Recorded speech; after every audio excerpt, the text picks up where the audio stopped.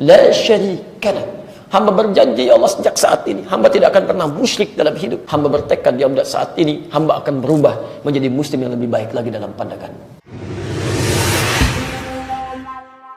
Ya karena biasanya istighfar itu pengantar pada jawaban doa.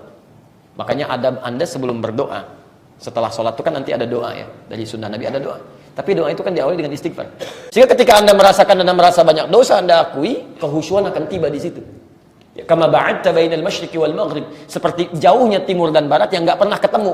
Itu kalimat majaz dalam bahasa Arab. Seakan-akan mengilustrasikan bahwa kami ya Allah nggak ingin melihat lagi kesalahan-kesalahan kami sampai di akhirat nggak mau ketemu ya Allah. Pisahkan kami dari jauhkan. Lalu Anda katakan itu. Lihat dari subuh sampai ke zuhur, itu kan Allahumma naqqini minal khataaya kama yunaqqa ats-tsawbul abyadu minad danas.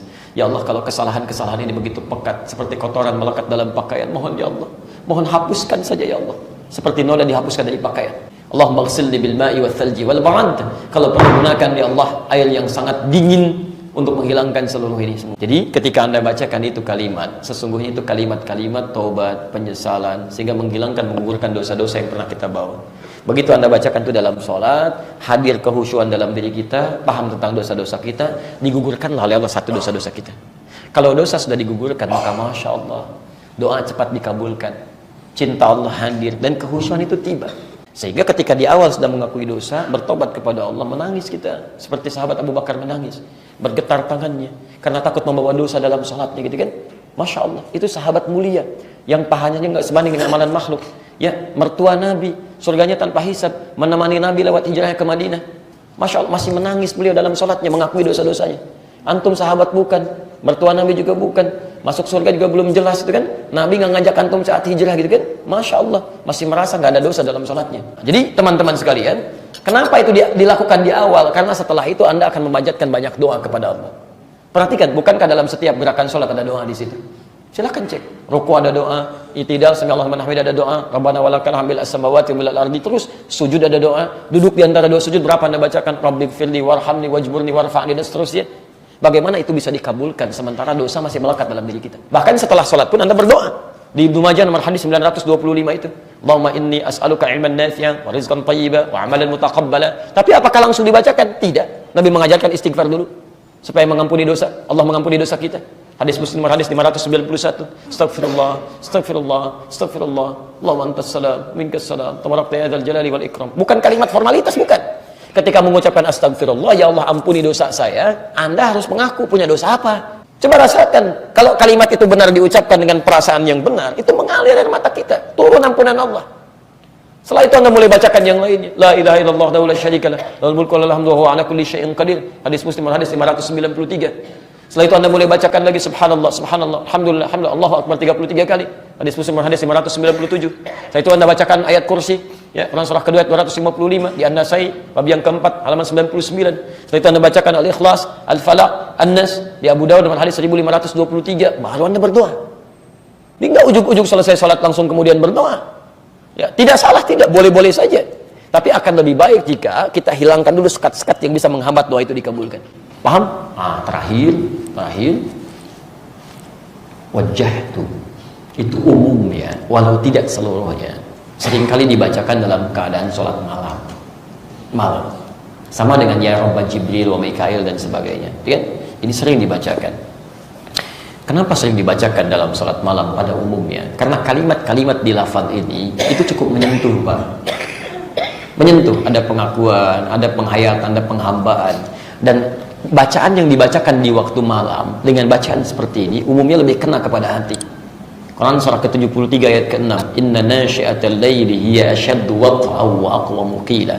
Sungguh bangun malam itu, kemudian Anda bacakan bacaan dalam sholat dan seterusnya, itu akan lebih cepat menyentuh kepada jiwa. Gak percaya silakan, ibu bapak bangun malam jam 2 lah, setengah 3 dengan sholat siang jam 2 setengah 3, malam 2 rakaat, siang 4 rakaat misalnya, itu lebih khusyuk yang malam. Silakan kalau tidak percaya, sebab gangguannya menipis. Makanya setannya nggak suka Anda bangun malam. Setannya komplit itu. Dia akan kerja keras tuh saat malam itu. Nggak percaya silakan. Kalau siang-siang itu biasa aja, begitu malam Pak mau bangun aja susah. Silakan cek, dan tantangannya nggak mudah. Anda bahkan bikin sampai alarm 3 kali. Tapi ketika Anda mulai sholat, Masya Allah, awalnya berat. Tapi selanjutnya nikmat luar biasa. Ketinggalan 1 rakaat, malam tidak bangun, nyesalnya luar biasa, ada yang hilang gitu, saking nikmatnya. Makanya ketika Anda bacakan, kata Ali bin Abi Thalib, saya pernah sholat di belakang Nabi SAW. Masya Allah, fastaftah, maka dia membuka doa istiftahnya, wajjahtu wajhiya lilladzi fataras samawati wal ardh hanifan musliman wa ma ana minal musyrikin. Kita akhiri, ya Allah, saya pasrahkan diri saya sepenuhnya pada penguasa langit dan bumi dengan yang lurus, ya Allah, dan saya nyatakan saya bukan termasuk kalangan yang musyrik. Inna salati wa nusuki wa mahyaya wa mamati lillahi rabbil alamin. Sungguh ya Allah, kalau saya sholat sampai malam ini, saya ibadah sampai saat ini, saya hidup sampai sekarang, atau Engkau wafatkan saya saat ini, ya Allah, Anda ungkapkan kalimat itu saat malam sholat, ya Allah, kalaulah ajal hamba tiba saat ini, Engkau wafatkan hamba sekarang, hamba ikhlas, ya Allah, sepenuhnya hanya untukmu, penguasa semesta alam, la syarikalah. Hamba berjanji, ya Allah, sejak saat ini hamba tidak akan pernah musyrik dalam hidup, ya, wa bidzalika umirtu, dengan itu hamba diperintahkan, wa ana minal muslimin wa ana awwalul muslimin. Hamba bertekad, ya Allah, saat ini hamba akan berubah menjadi muslim yang lebih baik lagi dalam pandangan. Itu indah gitu. Jadi begitu Anda bacakan itu, sujud, ruku, kemudian Anda berdoa, nikmat. Begitu besoknya Anda bangun, Anda sudah berjanji pada Allah, saya akan jadi lebih baik lagi.